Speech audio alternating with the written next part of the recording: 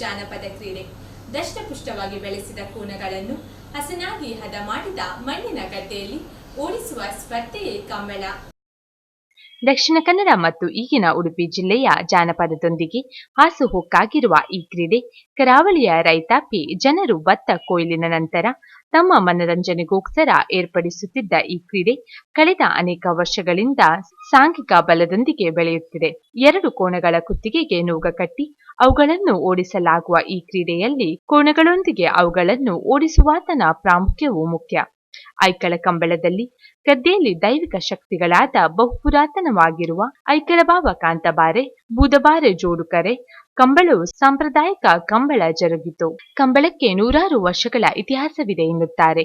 ಹಿಂದಿನ ಕಾಲದಲ್ಲಿ ರಾಜರುಗಳ ಬೆಂಬಲ ಮತ್ತು ಪ್ರೋತ್ಸಾಹದೊಂದಿಗೆ ಈ ಕ್ರೀಡೆ ನಡೆಯುತ್ತಿತ್ತು.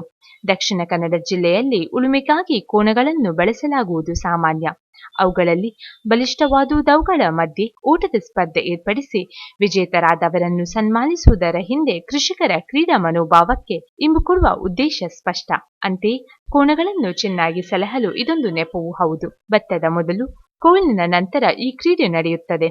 ನವೆಂಬರ್ ಡಿಸೆಂಬರ್ ನಂತರ ಚಳಿಗಾಲದಲ್ಲಿ ಆರಂಭವಾಗುವ ಕಂಬಳ ಕರಾವಳಿಯ ಬಿಸಿಲ ಬೇಗೆ ಏರುವ ಮೊದಲೇ ಫೆಬ್ರವರಿ ಮಾರ್ಚ್ನಲ್ಲಿ ಮುಗಿಯುತ್ತದೆ. ಇದನ್ನು ನೋಡಿದರೆ ಕೃಷಿಕರಿಗೆ ಮನರಂಜನೆ ಒದಗಿಸುವ ಸಾಧನವೂ ಕಂಬಳ ಕಾಣುತ್ತದೆ.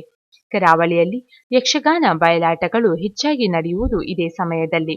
ಕಂಬಳದ ಕೋಣಗಳನ್ನು ಸಾಕುವುದು, ಸ್ಪರ್ಧಿಸುವುದು, ವಿಜಯವಾಗುವುದು ಪ್ರತಿಷ್ಠೆಯ ಸಂಕೇತವೂ ಕೂಡ.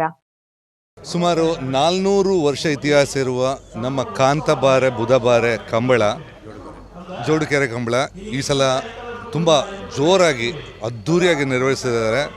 ಒಂದು ಖುಷಿಯಾಗುತ್ತೆ, ನಮ್ಮತನ ಕಾಣ್ತಾ ಇದೆ.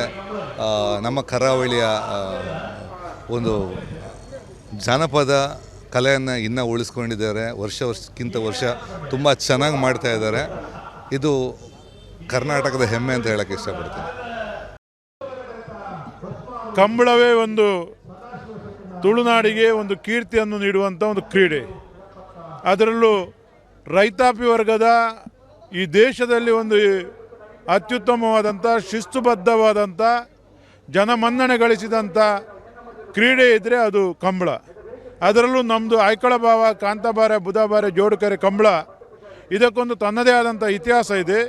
ಇದೊಂದು ಸಂಪ್ರದಾಯಬದ್ಧವಾದಂಥ ಇತಿಹಾಸ ಪ್ರಸಿದ್ಧವಾದಂಥ ದೈವಿಕ ಆರಾಧನೆಯೊಂದಿಗೆ ನಡೆಯುವಂಥ ಒಂದು ಕಂಬಳ. ಐಕಳಭಾವ ಕಾಂತಬಾರೆ ಬೂದಬಾರೆ ಈ ಕಾರ್ಯಕ್ರಮಕ್ಕೆ ಕಂಬಳ ಈ ಕಾರ್ಯಕ್ರಮಕ್ಕೆ ಬಂದು ತುಂಬ ಖುಷಿಯಾಯಿತು. ನಾನು ಪ್ರತಿ ವರ್ಷವೂ ನನ್ನ ಹಸ್ಬೆಂಡ್ ಅವರೊಟ್ಟಿಗೆ ಈ ಕಾರ್ಯಕ್ರಮಕ್ಕೆ ಬರ್ತಾ ಇರ್ತೇನೆ.